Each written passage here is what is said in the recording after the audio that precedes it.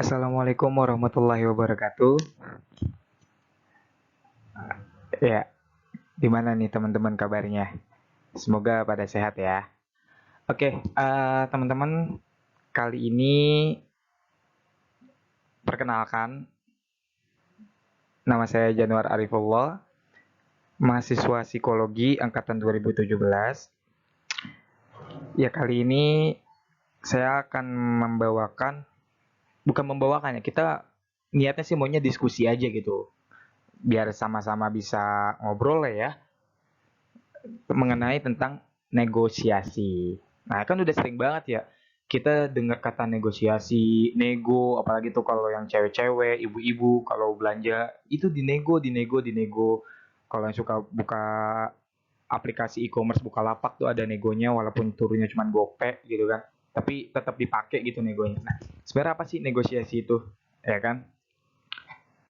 Oke, nih ada satu quotes yang nggak keren-keren banget sih, tapi keren sih sebenarnya. Jika Anda tidak mampu mendekatinya, mengatasinya, atau melewatinya, lebih baik Anda bernegosiasi dengannya. Kenapa nih? Ya kan, kenapa sih quotes ini mengatakan seperti itu? Nah, biar kita tahu, kita next dulu. Nah, kan kalau materi-materi yang tentang pelatihan, tentang presentasi yang di kelas gitu, pasti ada nih pertanyaan kayak gini. Apa sih negosiasi itu? Klasik kan ya pertanyaan kayak gini. Oke, kita buat ini menjadi lebih menarik. Nah, di sini ada beberapa fenomena mengenai negosiasi. Yang pertama itu, majelis umum memiliki tanggung jawab moral dan politik untuk memastikan agar negosiasi perdamaian dapat dilakukan dengan segera. Dikatakan oleh Retno El Marsudi selaku Menteri Luar Negeri Republik Indonesia. Fenomena yang kedua, pemegang saham kami telah menyatakan mereka membutuhkan waktu lebih banyak untuk menyelesaikan negosiasi yang telah berlangsung dengan konstruktif ini. CEO dari M3. Selanjutnya, fenomena yang ketiga, hanya saja, terus terang, pertemuan dengan Mazda Motor Corporation salah satu yang diskusinya cukup alot dan ketat, disampaikan oleh Dubes Indonesia. Fenomena ini dilansir dari kompas.com ya teman-teman. Ya bisa diuji lah validitasnya. Kayak gitu. Nah, dari fenomena-fenomena kayak gini nih ya teman-teman, dari data yang udah disebutkan berdasarkan riset yang tentunya bisa dibuktikan ya kevalidannya karena sudah dipublish juga. Kebayang nggak sih gimana nih negosiasi itu? Yang sering kita omongin, yang sering kita lakukan secara sadar dan tidak sadar. Oke, kita bahas mulai dari pengertian dan selanjutnya. Oke, ke pengertiannya. Negosiasi.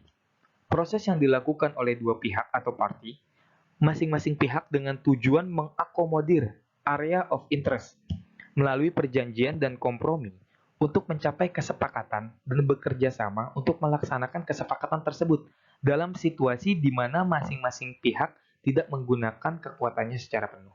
Nah, di sini ada yang bisa di underline ya teman-teman.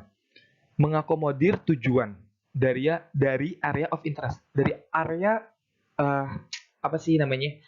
Kemauannya, kesukaannya gitu, minatnya gitu kan. Kenapa? Karena dalam negosiasi itu kita butuh sesuatu yang bisa dijadikan tujuan, sesuatu yang memang kita minati, sesuatu yang memang kita sukai.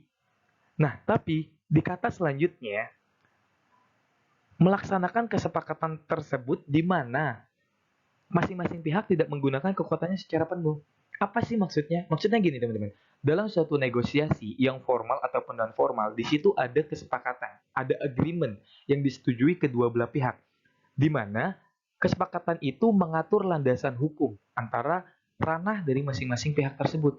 Jadi walaupun misal kita negosiasi sama perusahaan besar, mereka punya power untuk membuat kita jatuh, mereka punya power untuk membuat kita naik. Tapi ketika diregulasi, ketika di kesepakatan itu ada batas-batas, ada ranah-ranah antara kedua belah pihak, mereka tidak bisa menggunakan kekuatan mereka secara penuh untuk melakukan suatu tindakan.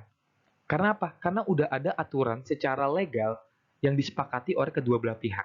Kayak gitu teman-teman. Jadi negosiasi nggak hanya tentang di pasar, nggak hanya tentang kita berbelanja, tapi luas banget ya teman-teman. Bahkan di organisasi pun sangat dibutuhkan adanya negosiasi. Nah, di sini ada elemen-elemen penting dalam negosiasi. Yang pertama itu ada pendekatan dan hasil. Elemen kedua, pokok dari permasalahannya. Elemen ketiga, negosiator selaku pelaku negosiasi tersebut. Yang keempat, relationship atau hubungan. Yang kelima adalah proses komunikasinya. Kita bakal bahas satu-satu teman-teman di sini. Oke, pendekatan dan hasil. Jadi dalam negosiasi ini teman-teman, ada pendekatan. Ada 4 pendekatan. Yang pertama ada pendekatan win-win, loss-win, win-loss, dan mix. Nah, kita bahas satu-satu ya teman-teman. Win-win itu apa sih? Win-win itu ketika kedua belah pihak datang untuk bernegosiasi, melakukan kesepakatan pemecahan masalah atas konflik yang sedang terjadi dengan menguntungkan kedua belah pihak, teman-teman. Tidak ada yang dirugikan, tidak ada yang sangat diuntungkan. Jadi kedua belah pihak merasakan keuntungan yang sama. Nah, ini yang paling ideal ya di sini dalam artian memang ideal sekali karena sangat minim adanya konflik. Namun pendekatan ini sulit gitu teman-teman untuk dilakukan. Kenapa? Karena butuh waktu yang lama untuk mendapatkan win-win solution ini. Seperti itu. Yang kedua ada loss win. Loss win ini ketika salah satu pihak mendatangi pihak lain dengan tujuan untuk menyerah atau dengan tujuan untuk mengikuti kemauan atau kepentingan dari pihak yang menangnya, gitu teman-teman. Kenapa? Karena mungkin keterbatasan dari sumber daya, keterbatasan dari segala aspek, sehingga ia merasa ketika negosiasi ini akan terus dia usahakan untuk menjadi win-win, itu sangat membuang waktu, membuang tenaga, dan membuang biaya, sehingga mereka datang dengan kesepakatan untuk ya udah kita menyerah. Oke, kita ngikutin apa kemauan dari pihak lawan. Seperti itu teman-teman. Biasanya ini mencari perdamaian ya. Kalau di sini pihak-pihak yang datang untuk bernegosiasi, yang penting ya udah, yang penting permasalahan ini selesai, kita damailah. Kayak gitu. Nah, untuk pendekatan yang ketiga, win loss. Nah, apa nih bedanya win loss dengan loss win? Kan kayak diputer-puter dong ya. Tapi ada loh teman-teman pendekatan perbedaannya, yaitu win loss ini ketika satu pihak mendatangi pihak lain dengan tujuan bernegosiasi untuk mendapatkan kemenangan dengan apapun caranya. Gitu. Dan biasanya di pendekatan ini yang terjadi adalah ketika satu pihak yang mendatangi negosiator lain dengan tujuan untuk menang, biasanya mereka akan menjatuhkan pihak lain, akan menciderai dalam artian tanda kutip ya, menciderai entah argumen, entah integritas atau kepentingannya, apapun caranya untuk memenangkan kesepakatan tersebut. Biasanya nih negosiator ini sifatnya ambisius, optimistis, penuh kepercayaan. Kayak gitu teman-teman. Karena kalau orang-orang yang insecure dan segala macam agak sulit untuk mempertahankan atau memiliki kemauan untuk memenangkan dengan berbagai cara. Oke, sorry. Yang sebelumnya ada mix juga. Nah, mix ini adalah campuran. Campuran dari kedua pendekatan win dan loss. Itu tersendiri teman-teman ya. Jadi di mana ini pendekatan yang paling efektif karena tidak ada yang merasa harus menang dan harus kalah gitu. Gak ada yang mau mengalah dan gak ada yang harus menang banget. Mereka menyadari kapabilitas, menyadari ranah, menyadari bahwa pihak lain pun pernah menang dan pihak kita pun pernah menang. Pihak lain pun pernah kalah, pihak kita pun pernah kalah. Jadi lebih realistis pemikirannya di sini. Oke, kita lanjut ke elemen penting yang kedua, mengenai pokok dari permasalahan itu sendiri. Yang pertama ada interest dan posisi, ada kebutuhan, dan ada bottom line dan alternatif. Apa sih interest dan posisi ini? Nah, interest ini adalah keyakinannya. Keyakinan dari seorang negosiator atau satu pihak. Tadi kan di pengertian adalah untuk mencapai tujuan dari area of interest, dari kemauannya. Nah, pokok permasalahannya adalah di kemauan, teman-teman. Ketika orang bernegosiasi, tentunya mereka memiliki tujuan yang ingin dicapai. Mereka memiliki suatu keinginan, suatu kemauan untuk mendapatkan suatu kesepakatan atas kepentingan mereka. Sehingga interest ini sangat penting sebagai pokok permasalahannya. Karena ketika kita negosiasi tanpa adanya interest, maka negosiasi itu jatuhnya lebih ke loss win. Kita ya udah ngikut aja deh nyari perdamaian, karena kita pun nggak terlalu interest gitu dengan permasalahan ini atau dengan konteks ini, kayak gitu. Tapi ketika kita memiliki interest, kita akan mencoba untuk win loss atau win-win, atau pula bisa mix di situ. Nah, di sini juga posisi ada yang eksplisit. Kita posisinya eksplisit di sini teman-teman, di mana secara tersirat nih posisi kita untuk mendapatkan kesepakatan itu. Kayak gitu teman-teman ya. Nah, yang kedua kebutuhan. Nah, ini penting banget ya. Terkait tadi interestnya di mana. Nah, interest ini tentunya didasari oleh kebutuhan itu sendiri teman-teman. Dan kebutuhan manusia itu kan sangat mendasar ya. Dalam artian setiap makhluk hidup, bukan hanya manusia, bahkan hewan dan tumbuhan memiliki kebutuhan untuk bertahan hidup. Sehingga kebutuhan ini sangat penting dimiliki oleh setiap makhluk hidup. Nah, terkait dengan negosiasi ini sendiri, kebutuhan ini berperan sangat penting dalam proses negosiasi. Kenapa? Karena dengan adanya kebutuhan ini, sehingga satu pihak atau kedua belah pihak memiliki interest untuk melakukan negosiasi sehingga tercapailah suatu kesepakatan. Namun ketika ini tidak sesuai dengan kebutuhan atau bahkan satu pihak ini tidak memiliki kebutuhan ini, tentunya negosiasi tidak akan terjadi gitu teman-teman. Kenapa? Karena jangankan interest, kebutuhannya aja nggak ada. Kayak gitu kan. Apa yang mau diinterestkan ketika mereka tidak butuh hal tersebut. Kayak gitu.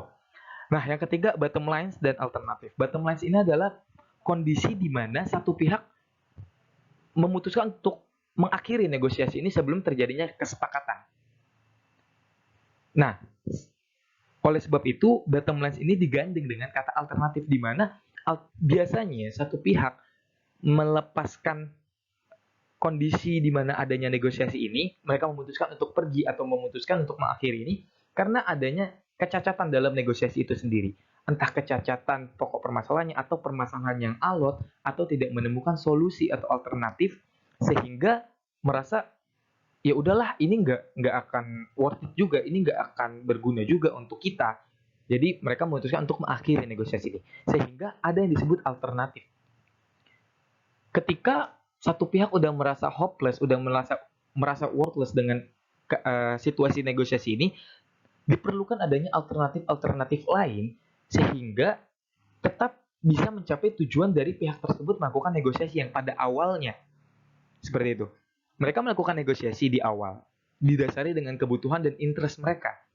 Ketika mereka merasa ini tidak worth atau tidak berguna lagi bagi mereka dan mereka memutuskan untuk mengakhiri, dibutuhkan alternatif untuk mengembalikan interest mereka sehingga interest ini bisa mencapai tujuannya dengan kesepakatan yang nantinya menjadi hasil dari negosiasi itu sendiri.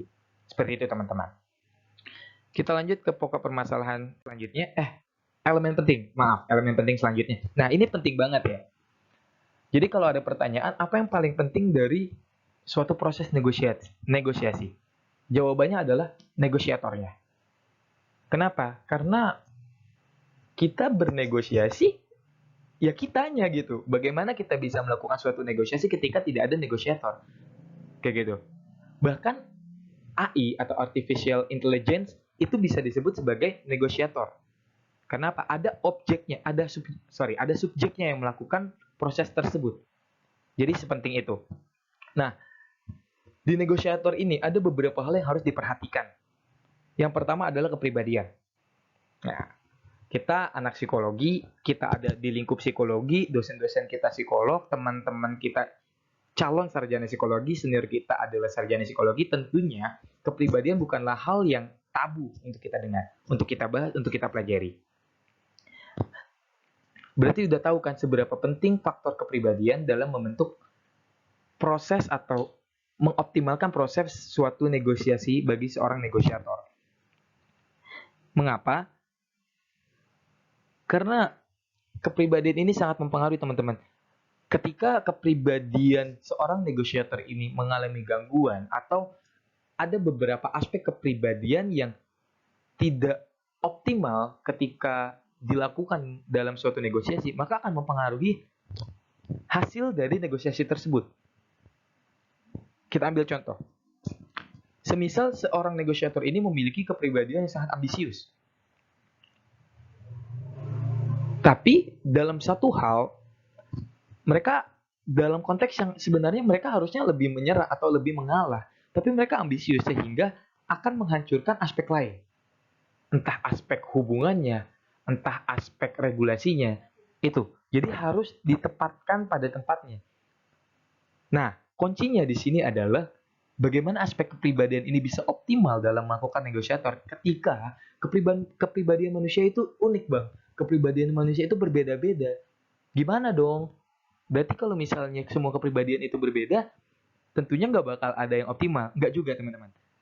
Karena dalam kepribadian ada hal yang paling penting adalah penguasaan diri. Bagaimana seorang negosiator bisa menguasai dirinya walaupun dia memiliki aspek kepribadian A, tapi dia bisa menguasai sehingga A ini tidak keluar sampai melewati batas dan menghancurkan hasil dari kesepakatan tersebut.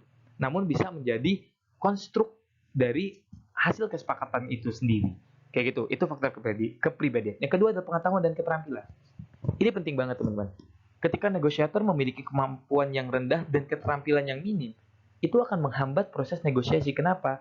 Karena akan pertama menimbulkan persepsi yang buruk bahwa dia tidak mampu melakukan negosiasi. Yang kedua, minimnya pengetahuan membuat negosiasi menjadi alot karena akan hanya berputar pada satu konteks. Yang ketiga, keterampilan. Contoh keterampilannya adalah public speaking. Bayangkan ketika teman-teman yang lemah di public speaking menjadi seorang negosiator. Tentunya itu akan menghambat diri pribadi dan menghambat proses negosiasi itu sendiri. Jadi itu penting ya teman-teman bagi seorang negosiator. Yang ketiga adalah gaya. Gaya ini terkait dengan yang sebelumnya. Gaya di sini adalah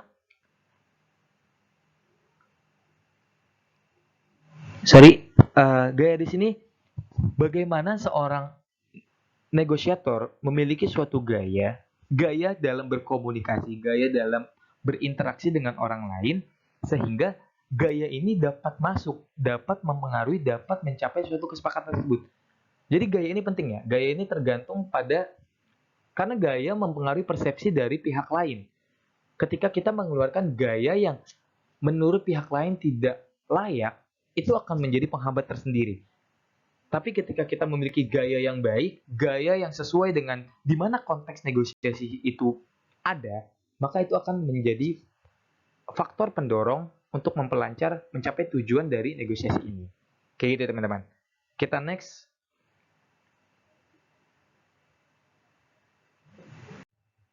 Oke, yang ketiga, relationship atau hubungan. Nah, yang pertama adalah power. Dalam suatu hubungan pasti ada power. Entah hubungan ini sangat erat, cukup erat, tidak erat, bahkan sampai bermusuhan. Tapi sifatnya dalam negosiasi ini, power ini tidak tetap. Mengapa? Karena balik lagi dengan yang awal, negosiasi ini bergantung pada mencapai kesepakatan tujuan dari area of interest. Walaupun kita memiliki power yang baik, ketika itu tidak sesuai dengan area of interest pihak itu, maka power itu bisa berubah. Bisa menjadi tinggi ataupun rendah. Bisa menjadi erat ataupun tidak erat. Kayak gitu, teman-teman. Yang kedua, durasi. Nah, jadi contoh lah kita ambil di teman-teman BEM dalam organisasi. Durasi dalam teman-teman BEM adalah satu periode. Ya kan, kurang lebih sekitar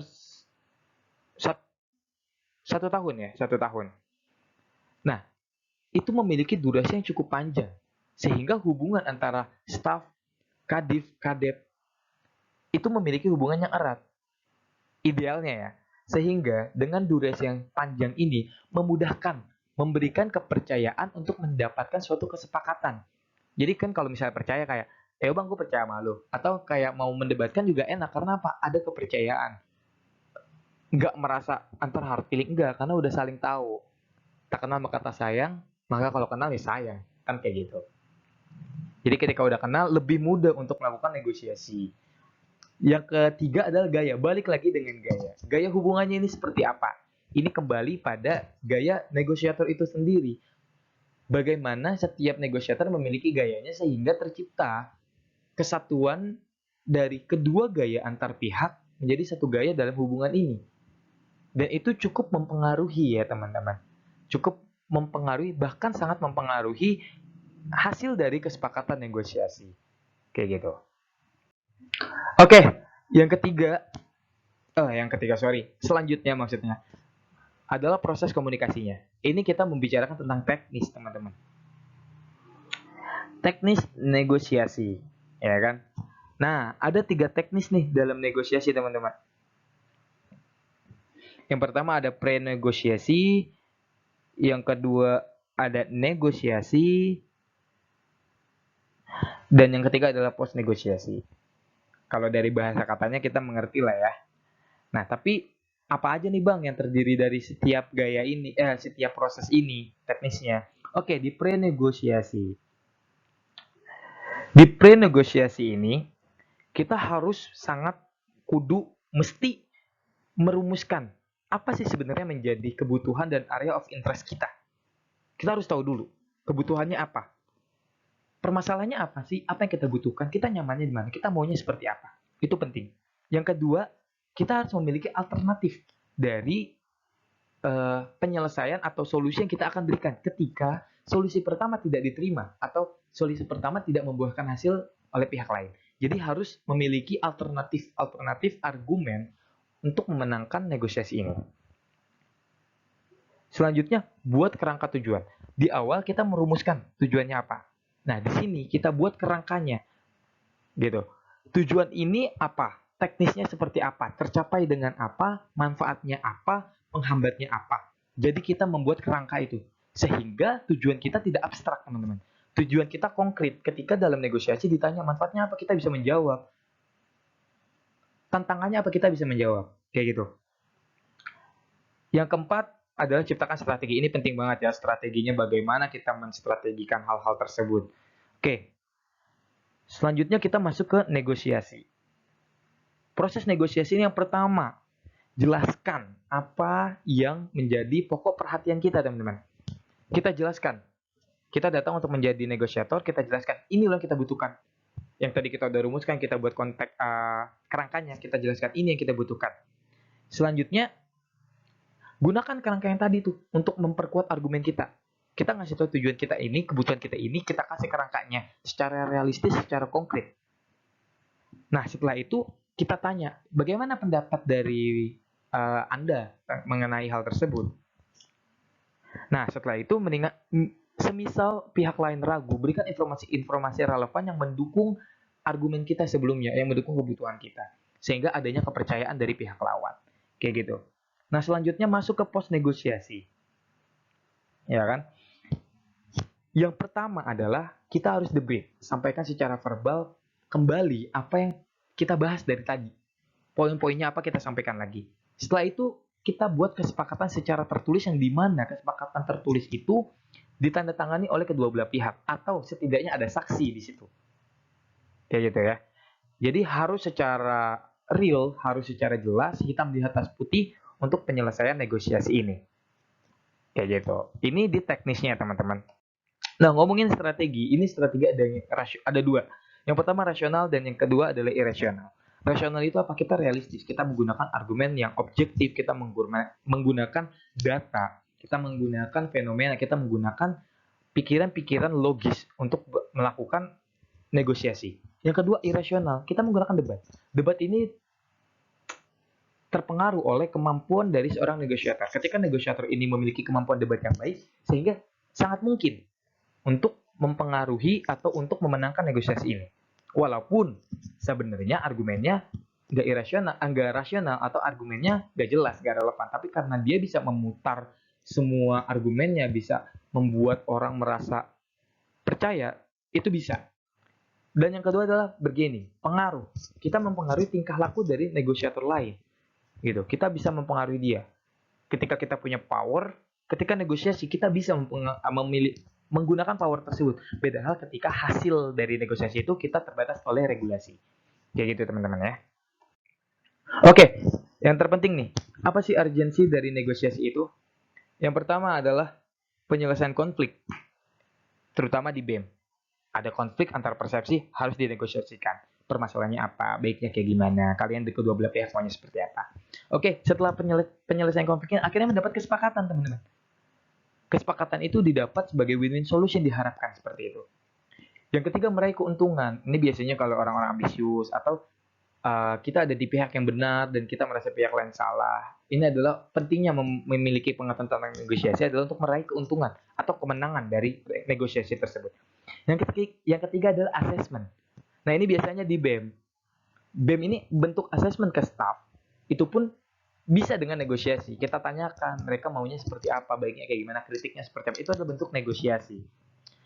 Yang kelima nih, yang penting banget, melatih keberanian dan komunikasi, teman-teman.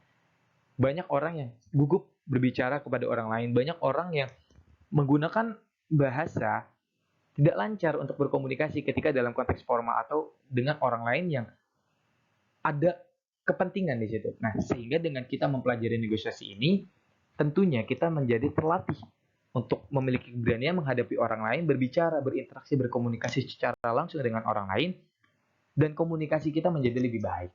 Seperti itu. Dan yang terakhir, ada pesan dari saya pribadi untuk diri saya tersendiri dan untuk teman-teman semua. Yang mengatakan bahwa kehidupan bukan hanya tentang menang dan kalah. Karena kemenangan sesungguhnya adalah ketika kita bisa mengerti dan memahami arti kehidupan. Mungkin itu aja yang bisa saya sampaikan. Sekali lagi terima kasih teman-teman. Mohon maaf kalau masih banyak kurangnya. Mungkin kalau ada yang mau ditanyakan bisa ditanyakan. Sekali lagi saya berterima kasih atas waktunya. Semoga kalian sukses selalu. Sekian dari saya. Assalamualaikum warahmatullahi wabarakatuh.